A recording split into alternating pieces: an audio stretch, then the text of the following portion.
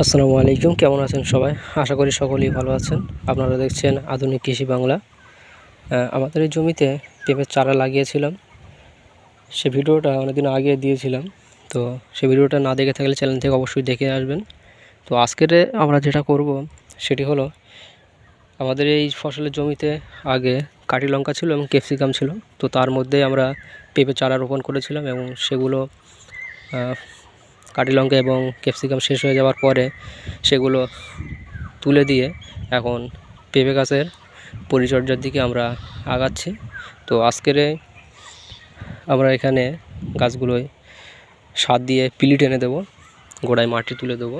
তো তার জন্য প্রথমে গাছগুলো যাতে হাওয়ায় না দোলে, তার জন্য এখানে আমরা একটা করে খোপা দিয়ে সুন্দর করে বেঁধে দিয়েছি, যাতে গাছগুলো হাওয়ায় না দোলে। তো গাছগুলো দেখেই বুঝতে পারছেন খুবই সুন্দর এবং গেলেজি গাছ আছে, গোড়াগুলো বেশ মজবুত হয়েছে। তো আমরা এগুলো এখন সার দিয়ে পিলে দিয়ে দেব। তো ভিডিওটি পুরো দেখতে থাকেন, তা আশা করি পেঁপে গাছের পরিচর্যা সম্পর্কে ধাপে ধাপে বুঝতে পারবেন। আমরা পরবর্তীতে আরও ভিডিও আপলোড করব। তো আজকের এই প্রথম প্রথম পরিচর্যায় আমরা অল্প মাত্রায় 10-20 দিচ্ছি। 10-20 দিয়ে মাটিটা তুলে দেবো। তো প্রতিটা গাছের পাশ দিয়ে এইভাবে অল্প করে 10-20 বা অন্য কোনো সার আপনারা দিতে পারেন। এইভাবে সুন্দর করে সার প্রতিটি গাছের গোড়ায় দিয়ে, তো তারপরে আস্তে করে মাটিটা 2 ধার দিয়ে মাটিটা তুলে দেওয়া হবে। তো দেখতে পাচ্ছেন আমরা সব গাছের গোড়া দিয়ে এইভাবে গোল করে ঘুরিয়ে সার দিয়ে নিয়েছি। আর সারগুলো গাছের গোড়া দিয়ে দেওয়ার পরে যেটা করবেন, সেটা দুই পাশে যদি আপনাদের পিলি থাকে তো সেইগুলো এভাবে ভেঙে নেবেন। এভাবে ভেঙে নিলে পিলিগুলো সুন্দর হবে এবং মাটিগুলো ঝুরঝুরে হবে। তো তারপর আমরা এইভাবে গাছের গোড়ায় দুই দিক থেকে মাটি তুলে দিয়ে খুব বেশি উঁচুও না, খুব বেশি নিচুও না, এমন একটা পজিশানে দেখতেই পাচ্ছেন। পিলি ছাড়া খুব বেশি উঁচু নেই এবং মাজাটা সবসময় উঁচু রাখবেন, যাতে পানি দুই দিক থেকে গড়িয়ে যায়, সেটা খেয়াল রাখবেন। গাছের গোড়ায় যেন কোনোভাবে পানি না বসে।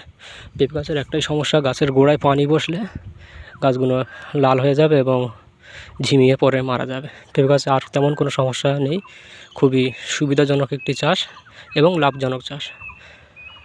আপনারা যারা করতে চান এভাবে করবেন, কোনো সমস্যা নেই। এবং যদি কিছু জানার থাকে তো আমাদের কমেন্টসে জানাবেন, আমরা তার যথাযথ উত্তর দেব। এইভাবে মাটিগুলো গাছের গোড়ায় সুন্দর করে দেবেন এবং একটা করে শক্ত খোঁটা দিয়ে দেবেন, যাতে হাওয়ায় গাছের গোড়া না দোলে।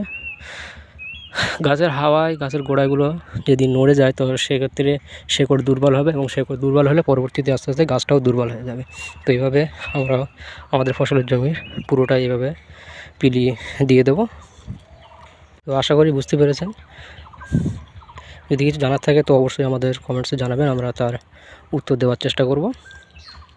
তো আমরা এখানে একটা গাছ থেকে আরেকটা গাছের দূরত্ব 2.5 হাতের মতো ছিল, আর এইভাবে একটা লাইন থেকে আরেকটা লাইনের দূরত্ব 4 হাত। তো 4 হাত বাই 2.5 হাত এইভাবে আমরা এখানে গাছ বসিয়েছিলাম। তো আলহামদুলিল্লাহ প্রতিটি গাছই সুন্দর আছে। তো পরবর্তীতে আমরা এর স্প্রে এবং পেঁপের রোগ ও পরিচর্যা নিয়ে আলোচনা করব। তো সেই ভিডিওগুলো অবশ্যই দেখবেন। চ্যানেলে নতুন হয়ে থাকে অবশ্যই চ্যানেলটি সাবস্ক্রাইব করবেন, পাশে থাকা বেল আইকনটি বাজিয়ে অল নোটিফিকেশান অন করে রাখবেন এই ধরনের নিয়মিত ভিডিও পেতে। তো আপাতত আজকের ভিডিওটা এখানেই শেষ করছি, দেখা হবে পরবর্তী ভিডিওতে। ততক্ষণ সবাই ভালো থাকবেন, সুস্থ থাকবেন। এতক্ষণ ধরে ভিডিওটি দেখার জন্য সকলকে ধন্যবাদ।